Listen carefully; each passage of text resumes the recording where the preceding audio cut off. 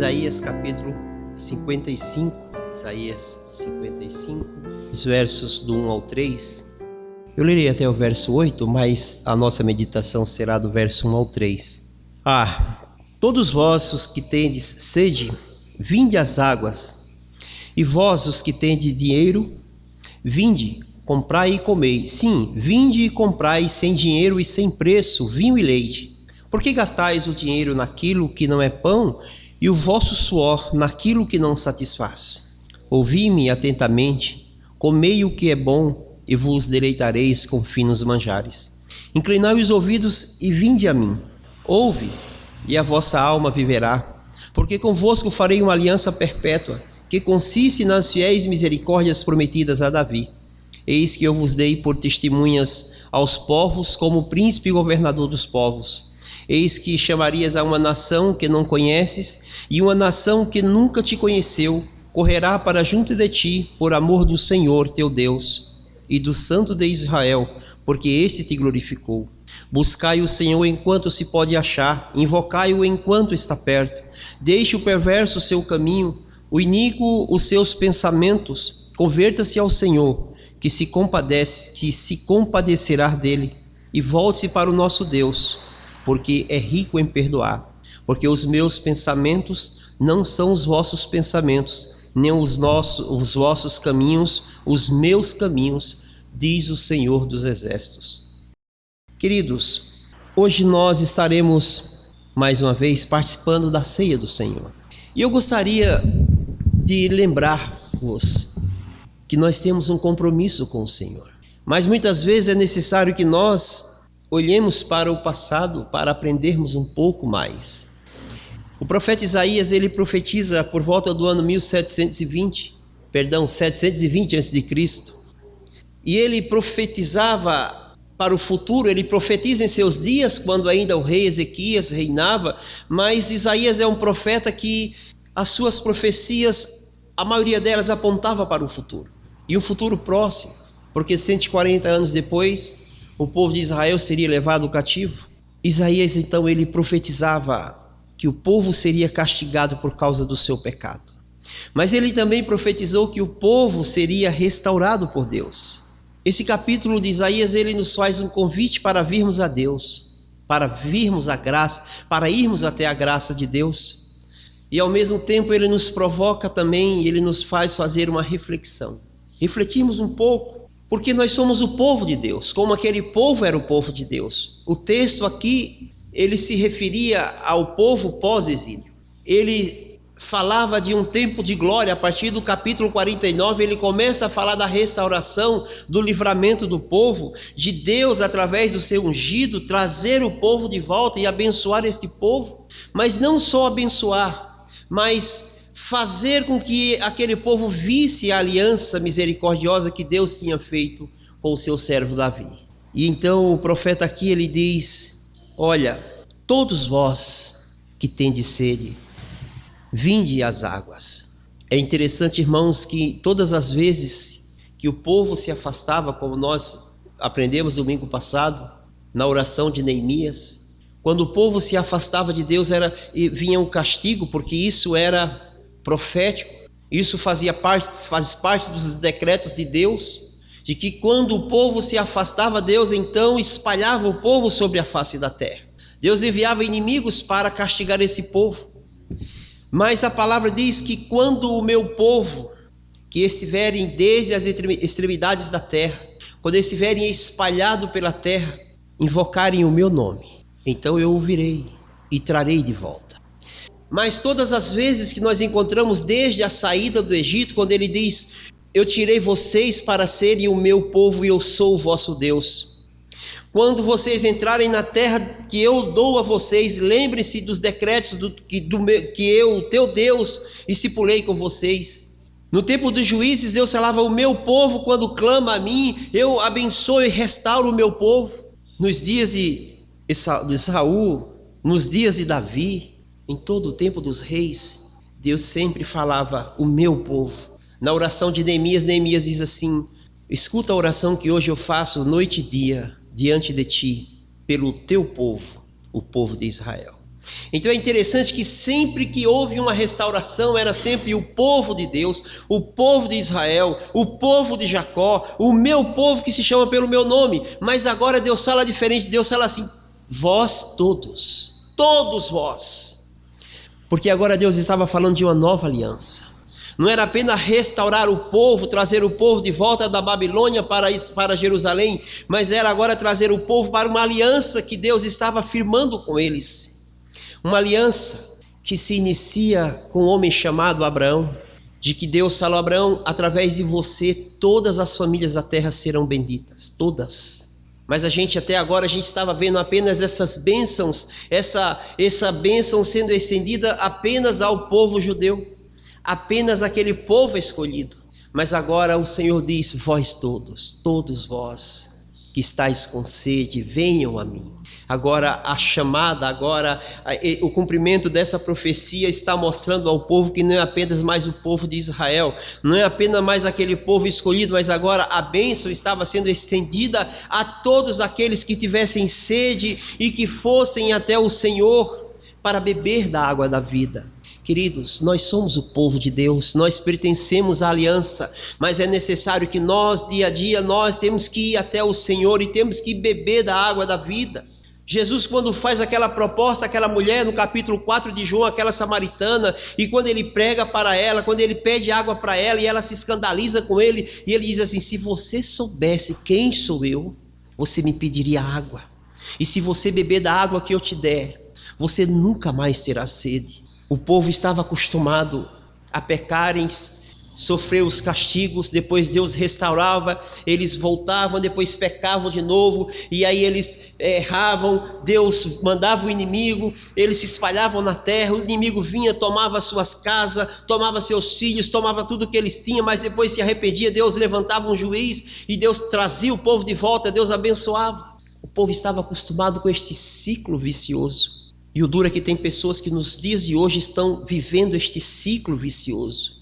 Igreja e mundo, mundo e igreja, vivem uma vida que às vezes não satisfaz a santidade de Deus. Mas eu sou crente, eu sou o povo de Deus, eu tenho Bíblia, eu vou para a igreja e até tomo ceia, às vezes dou até o dízimo, mas nós temos que entender que a proposta aqui do Evangelho não é para pessoas que andam na igreja, mas é para pessoas que têm necessidade e desejo de beber da água da vida. E aquele que bebe da água da vida, ele não mais terá sede, a sua sede é saciada. O que Deus está falando é necessário que vocês venham a mim e se alimentem e bebam da água que eu dou para vocês, para que de fato a vida de vocês seja transformada. A proposta de Deus ali não era apenas daquele povo voltar, mas ali já se mostrava um plano perfeito de Deus, e que todo aquele que nele cresce no Filho, no seu Filho, seria salvo, seria transformado de criatura em filho. Não era mais uma herança que era dada aos pais, mas agora era um encontro pessoal. Deus estava apontando para um sacrifício perfeito, para Cristo. Sempre que o homem se aproximava de Deus, ele tinha que oferecer um sacrifício.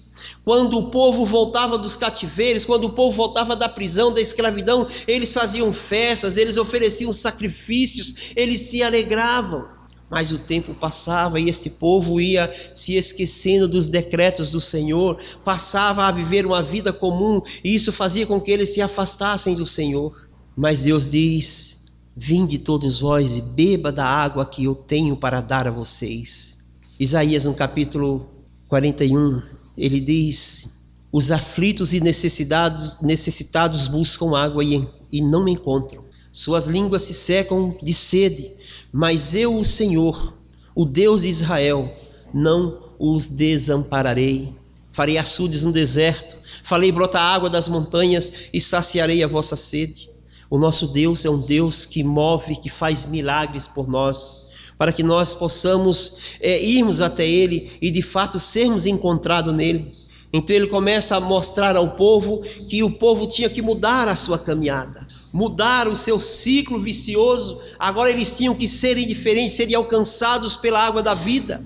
Eles tinham que ser alcançados pelo sacrifício perfeito, o sacrifício de Cristo. Nós, irmãos, temos que irmos ao Senhor e recebermos dele o seu Espírito. A água aqui se refere ao Espírito. aquele que vivifica, o que transforma, o que dá vida. Aquele que literalmente tem o Espírito Santo do Senhor na sua vida, ele consegue viver uma vida diferente. Ele consegue viver uma vida pelo fruto do Espírito. Paulo nos chama de homens e mulheres espirituais. Ele diz lá em Gálatas capítulo 6, a partir do verso 1, olha, se alguém pecar, vocês que são espirituais, repreenda-os com mansidão, com brandura, porque em vós, no capítulo 5, ele diz, está o fruto do Espírito, longanimidade, bondade, misericórdia, alguém que ama, alguém que perdoa, fruto do Espírito. E quando nós temos o fruto do Espírito em nossas vidas, nós vivemos de uma forma diferente. Nós não vivemos num ciclo vicioso. Nós vivemos sim numa caminhada em santidade ao Senhor. Então o profeta aqui diz, vinde a mim. Jesus faz a mesma proposta, né? Vinde a mim vós que estáis cansados e oprimidos. Quando o presbítero Ziegler leu o texto do capítulo inicial, no capítulo 53, ele diz, esse é o profeta messiânico do Antigo Testamento. Esse é o evangelho do Antigo Testamento. Porque aqui Deus já se revela ao povo. Deus vai mostrando o Cristo, o seu Filho, que ele haveria de dar em benefício do pecado do povo. Em Apocalipse, no capítulo 22, o verso 17 diz, o Espírito e a noiva dizem, aquele que tem sede venha, e quem quiser receba de graça a água da vida. Irmãos, o povo no passado eles sofriam, porque eles não tinham Espírito, mas nós temos. O que é que Jesus fala? Eu vou rogar ao Pai e ele enviará o Paráclito, o Espírito Santo, e ele habitará em vós. Essa proposta, esse convite que Deus faz é para que nós vivemos pelo Espírito. É que nós entreguemos de fato a nossa vida a Ele para que o Espírito habite em nós e a gente passe a viver uma vida pelo Espírito. Uma vida diferente dos sentimentos e dos comportamentos do mundo. Uma vida pautada pelo próprio Espírito Santo de Deus, que é a personalização de Deus. Alguém um dia me perguntou, mas pastor, como que eu vou ser santo? Como eu vou ser santo como Deus? E eu falei assim, simples. Viva uma vida em santidade, e o Espírito Santo, ele em você, ele é o próprio Deus, e ele vai te moldar ao caráter de Deus. Somente ele pode fazer isso. É por isso que há um convite para que nós possamos beber desta água. O salmista Davi, ele usa muita expressão que a minha alma tem sede de Deus. Davi diz, eu quero beber desta água, porque nesta água há vida, nesta água há alegria. Nós queremos viver uma vida feliz. Nós temos que viver uma vida pelo Espírito. Nós temos que beber desta água da vida. Ele diz, olha, ele fala de vinho e leite. Beber água, vinho e leite. O vinho representa a alegria. O vinho representa a pureza. O próprio Jesus, lá em Mateus, no capítulo 26, ele diz, no verso 29, e digo-vos que desta hora em diante não beberei do fruto desta vide até aquele dia que eu beba novo com vocês no reino do meu Pai. Isaías já falava do vinho, a alegria, o vinho que representava o sangue de Cristo, e Cristo fala desse vinho que representa o seu sangue como algo que é motivo de celebração, de alegria. E ele diz assim, eu tive saudade, eu ansiei estar com vocês e participar desta última ceia antes do meu sofrimento. E ele diz, e a partir de agora eu só tomarei deste vinho novo lá no reino do meu Pai, com vocês. Então ele faz um convite ao vinho, ao leite. O leite, Pedro diz que nós somos crianças recém-nascidas, que precisamos desesperadamente, a palavra que ele usa, tomarmos o leite. E ele diz o leite racional, que ele edifica e dá vida, que é a palavra de Deus. Então o profeta Isaías faz um convite para que nós possamos ir até Deus e bebermos da água, tomarmos do vinho e bebermos do leite. Nós devemos buscar o Espírito Santo, nós devemos olhar para o sacrifício da cruz de Cristo, o seu sangue que nos purifica de todo o pecado, e nós devemos viver dia a dia olhando e atentando para a palavra de Deus, porque são seus preceitos, são seus juízos e os seus mandamentos que nos foram dados para que nós pudéssemos observar todos os dias das nossas vidas.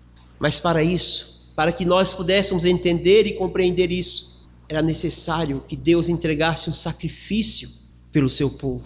Era necessário que Deus mudasse o caráter do seu povo, a personalidade do seu povo, o povo que pertencia a Ele. E como Ele faz isso, irmãos? Entregando o Cristo como sacrifício perfeito na cruz, para que quando nós fôssemos alcançados por Ele, nós não fôssemos apenas transformados em pessoas que agora andam, que agora seguem, que agora dizem ser cristãos, porque era assim o povo no passado. Eles eram judeus, eles tinham uma promessa de Deus, eles tinham uma terra que Deus havia dado a seus pais, mas eles não tinham uma vida espiritual, uma vida em santidade. Eles não tinham como serem completamente livres da condenação do pecado. É por isso que Deus entrega o seu Filho, Cristo, em sacrifício, para que Ele nos comprasse com o seu sangue. E Ele diz: comprasse com o seu sangue para Deus povos de línguas diferentes, nações de costumes diferentes, e comprasse-as para o seu Pai. E todas essas pessoas serão constituídas sacerdotes e filhos. E João diz que mas a todos que receberam a Ele, Ele deu-lhes o poder de serem feitos filhos de Deus. Nós não somos agora filhos por herança, nós somos filhos por adoção. Os judeus eram filhos por herança. A aliança foi feita com Abraão, Isaque e Jacó. É por isso que quando Josafá ora, ele diz: Deus de Abraão, Isaque e Jacó, lembra-te da promessa que fizesse ao teu amigo Abraão? Mas nós não somos filhos por herança, nós somos por adoção, porque Deus nos adotou em Cristo, e Ele nos faz agora herdeiros e co-herdeiros com Cristo. Nós somos aquele filho que não foi gerado, mas foi escolhido. Nós somos aquele filho que não veio como Adão na primeira, não foi o primeiro, mas foi o segundo ou o terceiro, mas foi escolhido e escolhido com amor. E este amor tem um preço. Quando Ele diz: vinde, olha, comprem de mim, de graça, pão para alimentar a vossa sede, para alimentar o vosso corpo, matar a vossa fome. E vocês não precisam de dinheiro, porque a gente não precisa comprar a nossa salvação, a gente não precisa fazer nada pela nossa salvação, mas a nossa salvação já foi paga na cruz, o preço já foi pago. Então Ele diz: venham e de graça vocês comprem comida para saciar a vossa fome. Por que gastam o suor de vocês naquilo que não satisfaz? Às vezes as pessoas se esforçam, trabalham, se sacrificam, se cansam, mas são esforços em vão. E Ele diz assim: não gastem força e suor em algo que não me satisfaz, em algo que não é satisfatório. Às vezes as pessoas caminhavam semanas e dias para ir ao templo para oferecer um sacrifício. Às vezes tinha pessoas que andavam, saíam do Oriente até chegar lá em Jerusalém, andava até 2.400 quilômetros a pé, de camelo, para levar um sacrifício no templo. Mas às vezes oferecia o sacrifício e já voltava, e no caminho de volta já pecava, e quando chegava na sua casa já era digno de novo de ser condenado, aí tinha que voltar. Depois o Senhor diz: esse sacrifício, esse esforço de vocês será substituído. Vocês não terão mais que entregar e oferecer esse sacrifício tardio, às vezes esse sacrifício com tanto suor, com tanto sufoco, com tanto trabalho, mas eu oferecerei de graça para vocês, porque convosco farei uma aliança perpétua, que consiste nas fiéis misericórdias prometidas a Davi. Lembra das promessas do Senhor a Davi? O profeta Naamã vai a Davi e diz: Davi, o Senhor se agradou de você. Você não vai construir o templo, não, mas o Senhor te tirou. Lembra-te que o Senhor te tirou de trás das malhadas do teu pai, para que te constituir rei em Israel. Ele te tirou de pastorear ovelhas para pastorear o povo dele, o povo que ele escolheu. Mas como aliança perpétua, o Senhor fala para você que da tua casa, o teu trono nunca se apartará, e da tua descendência nascerá um que reinará eternamente. A promessa que foi feita a Abraão, ela se confirma em Davi. E agora o profeta Isaías está relembrando o povo estas promessas. E hoje nós vivemos estas promessas. Hoje nós recebemos o sacrifício de Cristo, vivemos por meio de Cristo. Não temos que fazer esforços para sermos salvos, mas temos que viver o resto das nossas vidas ao pé da cruz, olhando para Ele, adorando o Cristo, o Filho de Deus que entregou a sua vida por nós. Nós temos que sair do ciclo do mundo, nós temos que viver diferente. Nós não somos apenas pessoas que vão à igreja, nós somos os filhos de Deus, os filhos escolhidos de Deus para o servirem, e para isso Deus entrega e paga uma conta muito alta a si mesmo, entregando o seu Filho como morte na cruz, por amor de nós, para nos trazer de volta. O que o povo judeu não teve, nós temos. Eles tiveram bênçãos, tiveram terras, tiveram promessas, tiveram momentos de glória, mas tudo isso se passou e acabou-se nessa vida. Nós temos a certeza de que fomos escolhidos por Deus, nós somos tirados do mundo para sermos de Deus, e Deus nos conduz todos os dias com o poder da sua mão. Os seus olhos nos assistem em todo momento, os seus ouvidos estão abertos para ouvir as nossas orações, e por fim, Ele nos espera nos céus com os braços abertos para nos receber, para que possamos participar das bordas do Cordeiro e vivermos a eternidade com Ele. Mas houve um preço para isso. O que nos diferencia dos judeus, do povo do passado, é que o sacrifício foi entregue por nós.